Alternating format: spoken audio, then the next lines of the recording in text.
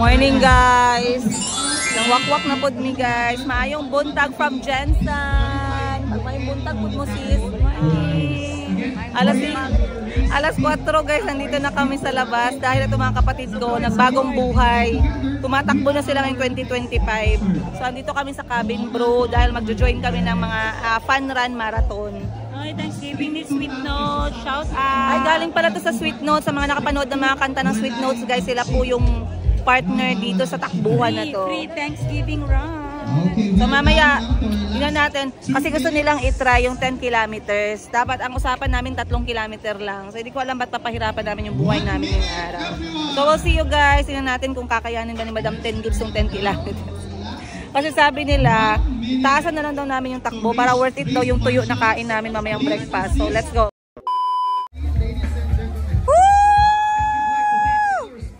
Yan na guys, start na po ang 10 kilometers. So lahat yan sila tatakbo ng 10 kilometers. Susunod kami sa likod. Try natin tong 10 kilometers ngayong araw. Okay guys, start na po ang 10 kilometers. Ayan si Madam 10 Gibbs present. Baka sabihin nyo, joke ko lang kayo ha. Gumaganito daw si Madam 10 Gibbs. Bagong ano tayo guys? Bagong buhay. Sawang-sawa na daw siya sa paniningil ng utang. Tatakbo muna siya. Takbo muna tayo guys. Healthy living muna. So, nag-start na kami alas 5 ng umaga. Wala naman to guys. 3 kilometer lang dapat yung sinalihan namin. Pero sumabay kami sa 10 km.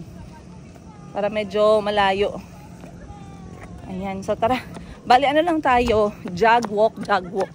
Ganun lang. Hindi naman tayo makikipag-compete sa medalya. Alam, tangkap na namin yan. Oh, kita nyo, kakastart pa lang namin. Pabalik na yung iba. Ang kabagal. Let's go. Let's go. Guys, ang sarap naman ng pagkain dito sa stop. Okay guys.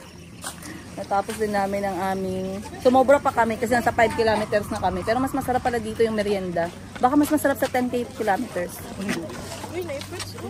Ay, bumalik mo sila. 5 km ha? Oh, walking lang. Kuya ako sa 3 km category. Go, go, go!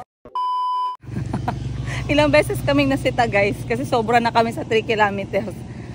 Kasi pag nauna kami ng alis, 5 o'clock yung 10 kilometers, sumabay na kami kasi ang trip sana namin, sabayan na lang yung 10 kilometers.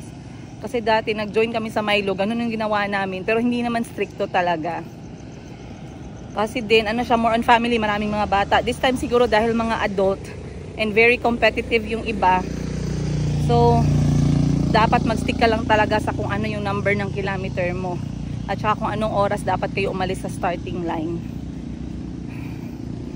Pero wala guys, ang ganda ng panahon ngayon. So, tsaka naglakad lang kami kaya hindi ako masyadong napawisan. Yung mga 10 kilometers pabalik na sila.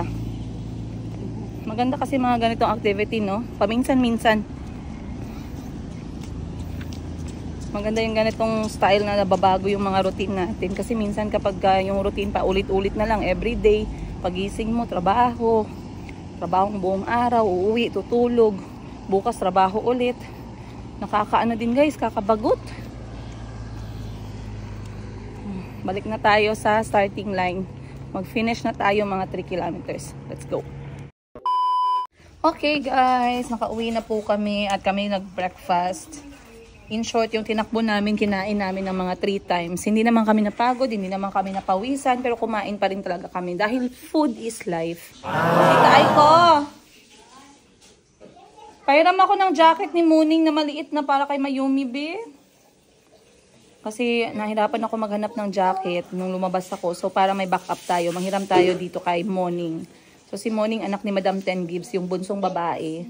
At nag-iisang, dalawa pala silang babae. So, manghiram ako sa kanya ng jacket kasi si Mooning ay 3 years old. So, baka mamaya may jacket siya dito na kasya kay Mayumi. Alam nyo naman, pupunta tayo ng Baguio City. First time natin dyan. So, mag-prepare tayo kasi maraming nagsabi guys, malamig daw talaga ngayon. Baka mamaya magkurug-kurug tayo doon. Wala pa tayong kayakap, wala pa tayong jacket. Kahirap. Baro ako jacket, Mooning ha. Binisan mo na yan sis, kay for sale na yan. Tawa siya. For sale na to guys ha, sa mga serious buyer lang. Serious buyer, mag-PM na kayo sa akin. Ako po ang ano nito. Ako ang agent. So, eto, maganda to, lady driver, oh. Lady, parang lalaki lang, pero lady. Lady driver for 5 years. Ayan, sino mga interested dyan? Naghahanap ba kayo ng second hand na lady drive? 60,000 odometer lang. Ang ganda-ganda pa, guys. Ay, 40 lang pala, sorry. 40,000 lang pala yung kanyang mileage. Tama ba? Mazda. Anong model to, gang? Ha? Mazda 6.5 Mazda 6.5? CX5. Ah, Mazda CX-5 Sport. Ang ganda. Open to sa taas, no? Yes. Open sa taas, guys. Mazda CX Sport. Sporty ka pala, girl. CS5. Ano ba yan? Hindi ko matandaan ng details. Pero tingnan nyo, guys. Si Madam Bibi lang talaga ang may hawak nito for 5 years. So, kung ayaw nyo bumili ng brand new or yung budget nyo ay less than the price sa brand new, eto, sure tayo dito. Kasi si Madam Bibi lang nag-drive. City drive lang yan, oh. Kaya mababa lang ang kanyang, takbo.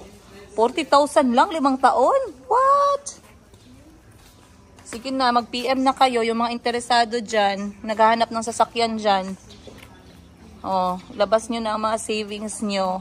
Pulang-pula. Ang ganda ng pagkapula nito, guys. Hindi po siya yung pula na luod. Pula na luod. Ruby red. Ruby red pala yung tawag dito. Ganda. Mahangyo pa sa Tapos pag binili nyo to, pwede kong isama yung kapatid ko as bonus. Pwede nyo siyang dalhin. Saan ka pa? Buy one, get one for free. Hindi ko kayo i-charge, guys. Makainin nyo lang yan. Ganda pa. Okay. Mayroon natin sa loob.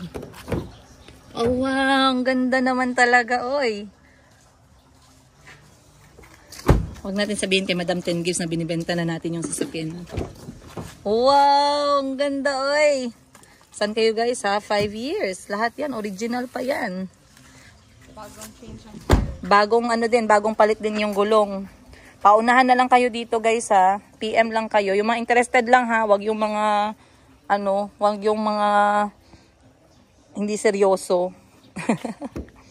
Okay, let's go na. Punta na tayo, uwi na tayo, guys, dahil magtatrabaho pa tayo ngayong araw ng Sabado. Hello, guys. Maayong hapon. Maayong hapon, everyone. Happy January. Buti na lang nakaabot na tayo ng January 11 na hindi pa tayo nagugutom. Dahil ang dami po talagang gastusan kapag ka mga Burman. Sunod-sunod ang mga birthday, sunod-sunod ang mga handaan. Parang sobrang overwhelming. At dahil meron pa tayong budget pang ulam by January 11, alhamdulillah, we are very, very blessed. Ayan, kailangan na lang natin araw-araw bumangon, syempre, para maghanap ng ating pang-budget. Mahirap naman mag-budget as wala kang iba-budget. Anyway, guys, today is Saturday. Happy Saturday sa lahat sa inyo dyan. Sa lahat ng mga nanonood. Sa lahat ng mga nasa abroad. Ayan, sana po okay kayo. Yung mga galing Pilipinas, I know how it feels. Naubos din agad yung inipon ninyo, diba? So, trabaho po ulit. Ganun naman talaga. Okay lang. Basta may money out, may money in, goods lang yan. Hindi naman talaga kailangan inuupuan yung pera. Hayaan nyo yung mawala. Hayaan nyo mawala yan at babalik din yan. So ngayong morning na to, guys, ang busy-busy ng aking banks dahil ang dami-dami ko pong inasikasong mga pang-mature na mga transactions. Pang-mature talaga. Yung kailangan maraming brain cells yung gagamitin sa mga transactions ko this morning. And by the way, I learned a lot of things ngayong araw, ngayong morning na gusto kong i-share sa inyo, guys. Sobrang na-excite ako. Marami akong natutunan ngayong araw talaga. Simula doon sa kinabahan ako kasi akala ko, nagsabi sa akin ang lawyer na conjugal property. Basta hindi ko na muna sasabihin sa inyo ang full details. Basta meron daw akong property na conjugal property. Bigla akong natameme, guys, kasi hindi ko naman siya masabi na conjugal kasi nga na-acquire ko yung property, hindi pa naman ako kasal. Bali yung apelyido ko papagkadalaga.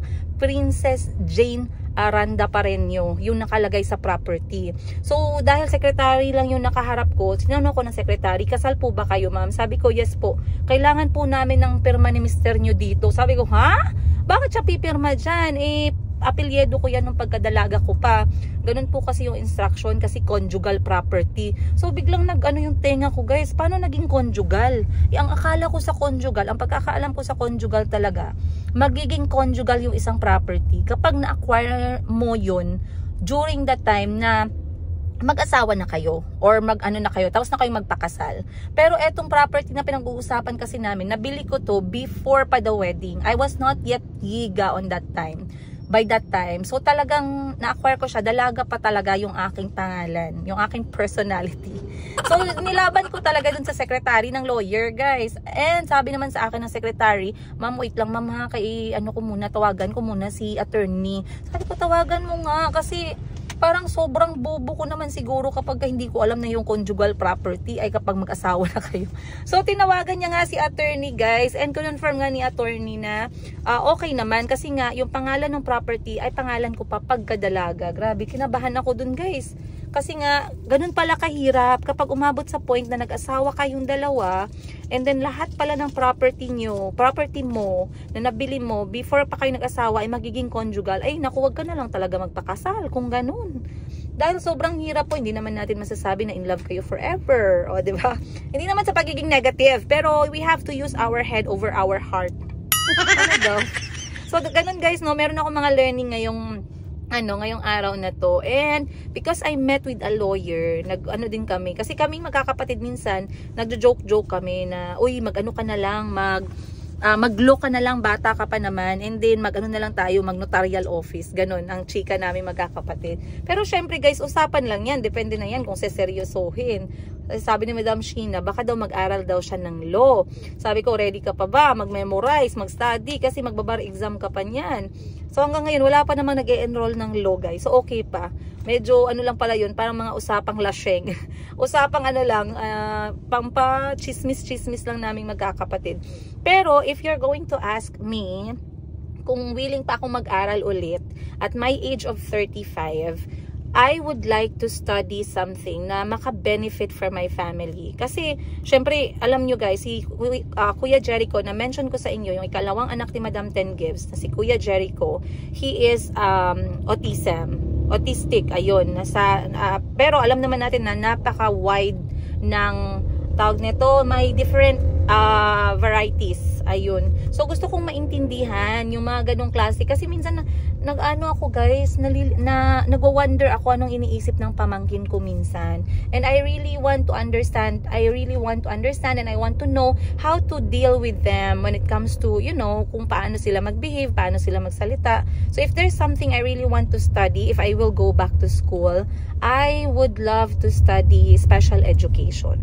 Ayun, kung tatanungin nyo ako. Pero pagod na ako guys pagod na talaga ako. Pagod na ako sa lahat. Ayoko nang mag-aral. Kaya nga after kong graduate sa Mindanao State University, lumayas na din ako talaga bigla.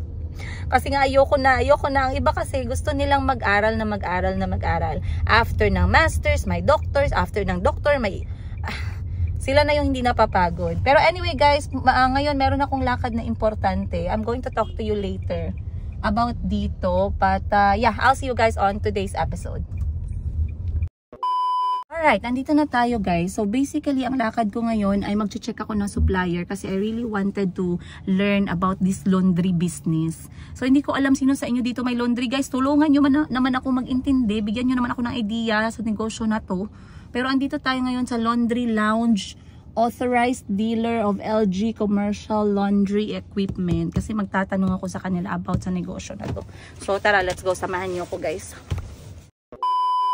Okay guys, so pumasok tayo dito sa loob at ayan, wala lang, sinilip ko lang yung negosyo nila kasi dito din tayo mag-i-inquire mamaya kung paano ba talaga itong laundry business. Kasi meron akong idea, sobrang konti lang talaga, at dahil dito sa Jensen, hindi naman ako nagpapalaundry, kaya wala talaga akong alam. Dahil alam niyo na maraming gastusin, kung pwede ako na lang maglaba. Pero isa ito sa booming business ngayon. Hindi ko alam dyan sa inyo, let me know. Pero dito sa Jensen kasi, isa to sa booming businesses, yung laundry. Ayan. So, titingnan ko muna kung kakayanin ng ano ko guys, ng utak ko at ng energy ko. Gusto ko lang muna siyang matutunan. Yun muna. So, eto, nagtanong nga ako kay ate ng details. Sabi niya, dito daw sa Kasi bukod sa meron silang sales area or sales office para sa mga gustong mag-business, meron din sila talagang kanila na laundry services. So sabi ni ate sa akin, pwede siyang self-service or pwedeng iwan mo lang. Pero pag iniwan mo, merong top-up na bayad compared sa kung ikaw mismo yung gagawa. And ang kanilang machine is, ganyan siya kadami guys. So meron sa baba and then washing, sa taas drying. Then eto, 10 kilograms, yung nandun 15 kilograms. Tapos sabi ni ate, yung 10 kilograms dapat hanggang 8 kilograms lang yung ipapasok mo. And then dito sa 15 kilograms, dapat 13 kg lang yung ipapasok. Oh, di ba may natutunan na tayo kahit konti. Para naman pag nagnegosyo tayo guys, hindi tayo tatanga-tanga. Pero in fairness, ang ganda ng space nila dito. Oh, malapad. May wifi po ba dito? Oh, pwedeng mag-wifi. May free snacks, free coffee. Wala. Kapal ng mukha, nang laba lang, nag-free coffee pa. Pero may benta din sila ditong mga sabon, then may wifi sila, pwede kang mag-wifi habang naglalaba ka. And ano pa ba? Anong araw busy dito, te? Bakit ngayon wala pong laman? Walang naglalaban ng Sabado-Linggo? Busy yan siya, ma'am. Mamaya pa yan sila. Mamaya pa. Ay, may peak hour din pala itong mga washing machine, guys. So, sabi ni ate, mamaya pa daw. Masyado daw akong maaga. Tulog pa yung mga maglalaba. Ate? Tama daw. Ako na lang magsabi. Hindi nakasagot si ate. Okay, so balik lang tayo mamaya, guys.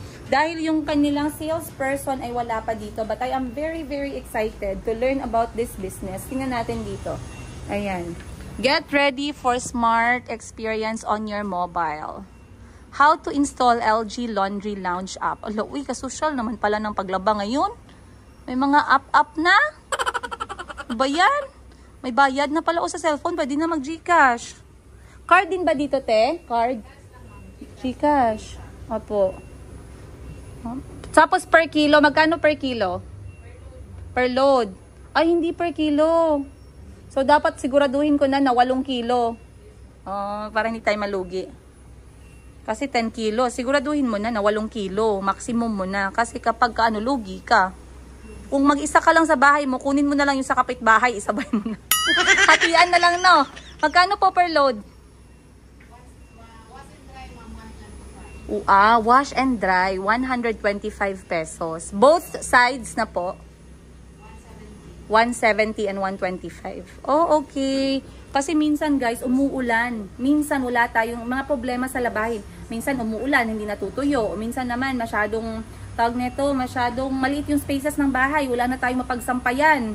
Kasi nilagyan na natin lahat ng kwarto. Saan pa isasampay yung damit? Dapat merong sampayan. Pero kung wala, i-dryer na lang. Paano po yung beddings? Yung makapal na duvet, comforter? Queen size. Isa lang magkasya. Pag dinalawa ko, masira. Hindi siya magana. Wag mo ipilit pag hindi magkasya. Diba, te? Dapat tama yung size. So, eto, 3+1 hygiene care laundry system. We provide hygiene solution with 3+1 step. Number 1, clean tub cycle. Okay. Number 2, hygiene cycle. Number 3, intensive tub cleaning. Number 4, drying. Eto yung mga first steps kapag bago yung machine, ang pagkakaalam ko. Kailangan mo siyang i-clean tub cycle talaga. Para sure na malinis mismo yung... Ate, itong clean tub cycle, ito pong 3+1 hygiene, every gaano siya ginagawa? Once a week? Every day? Oo. 1 hour and 45 minutes yung deep cleaning. Ang galing. So, every 10 loads, pag naka 10 loads na, paano nyo nalaman ilang loads na po yung machine? Naka-inventory. May inventory ko pa. Pumati yung ulo ko bigla. Ang dami palang science nito. So, naka-inventory pala dapat yung load ng per machine. Pag naka 10 loads na yung machine, kailangan na siyang i-deep cleaning. So, every 10 loads may deep cleaning na nagaganap. Dapat lang. Kasi mamaya yung dumi ng dyan, naiwan. Nalagay sa'yo, diba? Anyway, guys, this is how it looks right now. Makikita naman ninyo, naka 0.5 ako, pero malapad po talaga siya, guys, in person. Tapos, ilang staff po, ate, ang kailangan? Isa lang. Dito, ikaw lang mag-isa. Dalawa kayo. Yung isa po, nag-lunch. Hanggang 10 PM. Okay. Hanggang 7 to 10 p.m. Ang dami ko natutunan. Pwede na ako magnegosyo bukas agad. Nasaan si Kuya? So, from 7 to 4 p.m. ang isa. 7 a.m. to 4 p.m. ang isa. 1 to 10 p.m. So, dalawa kayo from 1 to 4. Banggaan kayo.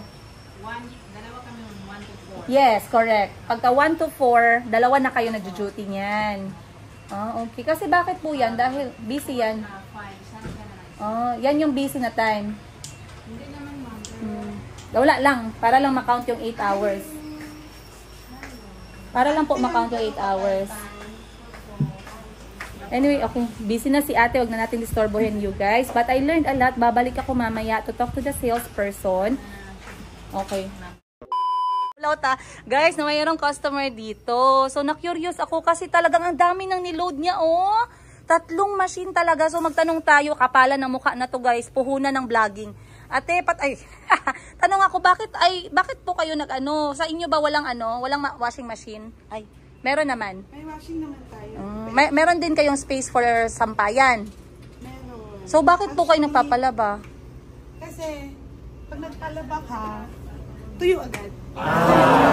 Opo. So, if you need the tow, Oo. madali na lang. Oh. Tsaka mas tipid siya, according to my husband. Really? Mas tipid daw, guys, sabi ni ma'am. Kasi tingnan nyo, 2 sako yung dala niya. Lalo na ako lang yung naglalaba. Oo. Hindi ko kailangan ng mga ano. Di mo na kailangan ng mag-hire, no? Oo. Kasi sabi, nagtaka ako. Kasi dito pwede mo namang i-drop. Oo. Pero mas preferred ko na ako yung naglalagay. Oo. Kasi personal mga gamit. Yes, may panty dyan. Basta. Paano po pag mag-pick up? Automatic, syempre, kaya ayaw ko nga ipalabas sa Oo. Tapos paano po pag natapos siya, balikan nyo agad? Hindi, hinihintay ko talaga. Ay, hintayin mo siya. Gaano po katagal? Kasi ito 35 minutes. Oo. And then yung sa taas, 40 minutes. Pag drying. So, ililipat pa po yan pagkatapos niyan? Ililipat mo pa sa taas? Oo, ako lang din lahat. Kasi, ano man. Sanay ka naman dyan na ikaw lahat. Kaya mo na Oo, yan. mas madali. Pero sa bahay na ako inaayos ko na sa bahay, hindi na dito. Mas matipid siya. Hindi ko magets paano siya naging mas matipid. May as my husband kasi siya talaga nakarealize na mas matipid siya. Oh. Ako naman walang problema kasi May mahirap machine ka mangustos, naman. diba? Oo. Ganun Pero na. tuyo na siya agad, in fairness. Opo, Yung yung ng damit mo pagkatapos. Pero eto, 175 daw to eh. 'Di ba po? Kasali na yung drying dyan. Oo, pero dapat sabon mo. Sabon mo. Pero 175. 170 actually. Diba? 170. Kasali na drying. Ay, mura nga lang talaga. Kasi sabi, nagtataka ako. So, very, very curious ako, guys. So, nagtanong ako, bakit ka naglalaba dito? Anong reason? Anong advantage? Kasi siguro kung solo ka lang, single ka lang, most of the time, option natin to. Pero si ate, buong pamilya. Buong pamilya, yung kanyang Tasha? Uy, in fairness guys napaisip ako doon sa sinabi ni ate na mas matipid daw siya.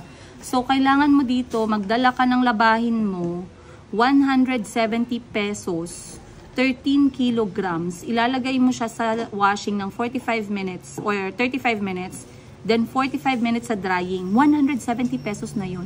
Tuyo na po siya agad. Isusuot nyo na yung panty ninyo. Kung wala kayong panty, 3 lang, pwede na. Tuyo na agad guys in 1 hour.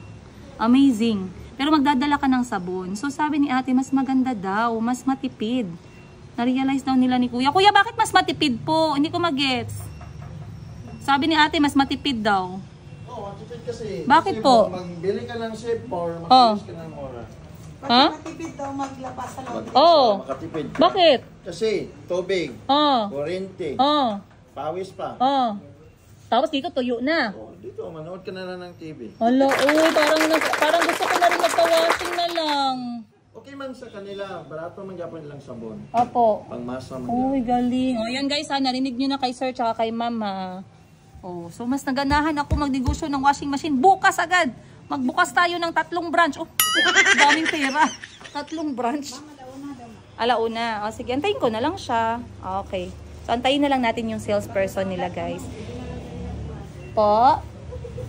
Tulungan na lang kita magtupi habang gantay. Kasi guys, magdating na daw yung salesperson nila, nag-lunch lang. So, antayin na lang natin. And then mamaya, i-share ko sa inyo yung natutunan ko. So, kung gusto ninyo makarinig about ganitong klaseng negosyo, kung curious din kayo guys, abangan nyo sa episode na to. And kung meron kayong idea sa negosyo na to, ginawa nyo na to, napalpak nyo, napalago nyo, sabihan nyo naman ako guys. Para hindi naman ako parang tanga na mag-start ng negosyo na to. Sige na. Kasi sayang din yung capital natin. Pero anyway, I'll see you guys on today's episode. Guys, you know guys, ako napansin no dito, sabihan ko kayo ha, yung mga taga-Jensa na makamit sa akin na malaman nila na nag-vlog ako, sobrang supportive talaga. Sobrang supportive. Ma'am, manood kami ng vlog mo ma'am, mag-subscribe kami sa iyo. Kahit sino pa yan, yung nagagupit ng mga buhok ng mga anak ko, subscriber ko guys. Tapos andito tayo ngayon, ayan, si sir pala nanonood ng mga videos ko. Dito ako guys sa laundry area, tingnan nyo. Oh, ako yan guys, nasa TV tayo. So sabi ni sir, alam nyo guys, napansin ko pag nagdaan yung ad, hindi ni sir ginaskip. Isa pala to si sir. Isa ka pala sir sa source of income ko eh. Kasi sabi niya, ginasuportaan niya daw talaga yung mga kilala niyang vlogger. Hindi niya ginaskip yung ads. Okay. In other way, ayan, nakatulong si sir sa akin as single mother. 'Di ba guys? Support. Yan yung Lake Holon namin na vlog episode. Wow. Sobrang ganda sir. Ay naku. Very kalma. Highly recommended guys. Yan ang port. Dahil wala pa yung kanilang sales agent, I decided to just leave. Kasi nga, mas magiging productive ako if I'm going to wait from the shop sa Mayumi Thailand Closet. Pero ang gagawin ko mamaya, mga 2:00, babalik ako doon and then I would like to be oriented. Orientation talaga. I would like to be oriented about this kind of business. Matagal ko na itong gusto actually. Nung kadarating pa lang namin from Africa, I really wanted to learn about this laundry business. And dahil mayroon akong nakausap na businesswoman, talagang nagchika kami about sa mga possible negosyo, ano yung mga pwedeng gawin, ganito. She guided me on what to do first. Yun yung pinaka gusto ko kapag kausap ko yung isang tao. Yung topic or yung content ng pag-uusap ninyo ay hindi pagsisira sa kapwa-tao, hindi chismis, hindi reklamo, hindi negativity, hindi toxicity ang haba, kundi mga idea sa negosyo, mga possible source of income. And we are talking about woman to woman, mga babae na usapan. Very empowering you guys. So, sobrang nakakatuwa and very satisfying knowing na kahit makaubos ako ng 1, 2, 3, 4 na oras kahit gabi, umaga, pero yung topic is something na very valuable, very tawag nito educational, yung meron kang natututunan bago, talagang wala pa ring panama yung mga usapan na puros lang chismis. So, ang dami kong natutunan and right now I am trying to apply what I've learned. And I also met another amazing person. Hindi ako nakapagpaalam kung pwede kong sabihin yung kanyang name, pero kay Ma'am Michelle, ayan, and her family. Thank you so much for meeting me. It was such an honor. I feel so blessed na I met you guys and I learned a lot from you as well. At alam nyo, salute sa lahat ng mga nakilala ko at lahat ng makikilala ko na hindi madamot pagdating sa mga knowledge nila, lalo na sa negosyo. Shout out sa inyo guys. I love you so much in advance. Kasi very supportive ako dyan sa mga ganyan. Yung hindi madamot sa mga ideas. Kasi ideas always, you know, they always come somewhere. It's not really ours. Nakuha natin yan from something, from somewhere, from another person. So, bakit natin ipagdadamot? And for those people who are they are very generous kapag nagsasabi sila ng mga knowledge nila. Hindi sila nagtatago na baka maalasan ako nito, baka mas maging matagumpay yung negosyo niya pag sinabi kong ganito. Amazing. You guys are amazing. Anyway, I would like to end this episode, you guys, kasi marami akong i-share sa inyo sa next one. Wag na wag nyong imi-miss. And of course, pag hindi pa kayo nakapag-like, subscribe, guys, marami po kayong matututunan.